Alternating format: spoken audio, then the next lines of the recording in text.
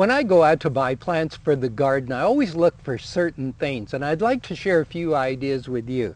For example, here are the same plant, same price, and yet look at the difference. This one has a whole bunch of new growth coming on it, or what I call breaks, a lot of new starters from the plant itself. And this does too. This has quite a few. But notice one other thing. It's one-sided. So you don't really get all that nice a plant from it. And yet this is double the size and at the same price. So why not get the best value? Here's another good example. In the same bed, same price. This is a plant called Stranvaesia, which, by the way, does very, very well in real bright, hot sunlight. It has berries and covered with flowers in the spring. But notice how bushy this plant is, and look at how spindly this plant is. And it too is one-sided, really. So by just taking that minute to take a good look at them, you can see what a difference, what a much better value you can get. Here's another one. This is a rosemary. This is in bloom now, but keep in mind one thing, that this other one is going to bloom as well. And look at that plant and look at this plant. Same cost, and yet you've got a much bushier plant, one that's much more dense in foliage and a lot better too. And I want to just take a second, if I can, and grab a couple things here that are in the soil. See those little round balls? Very often people think that those are slug eggs. They're not at all. Those are actually fertilizer pellets, slow-release fertilizer pellets.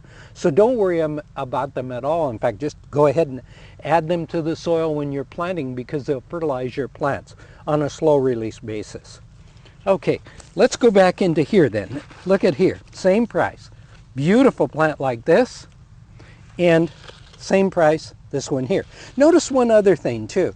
See the foliage on this? This one's been burned by frost or sun or something else, whereas this one's relatively clean from any damage at all. So here you have a plant twice as large or better and much, much bushier at exactly the same cost. Now there's one other thing. If we look in here, we're going to find weeds.